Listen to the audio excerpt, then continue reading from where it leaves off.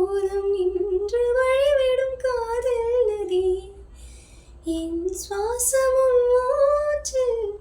உன் வார்த்தையின் பேச்சில் 5-6 நூற்றாண்டு வாழ்வோம் என் வாழ்வே வா மலர்களே மலர்களே இது என்ன கனவா மலைகளே மலைகளே இது என்ன நினைவா உருகியதே எனது உள்ளம் பெருகிய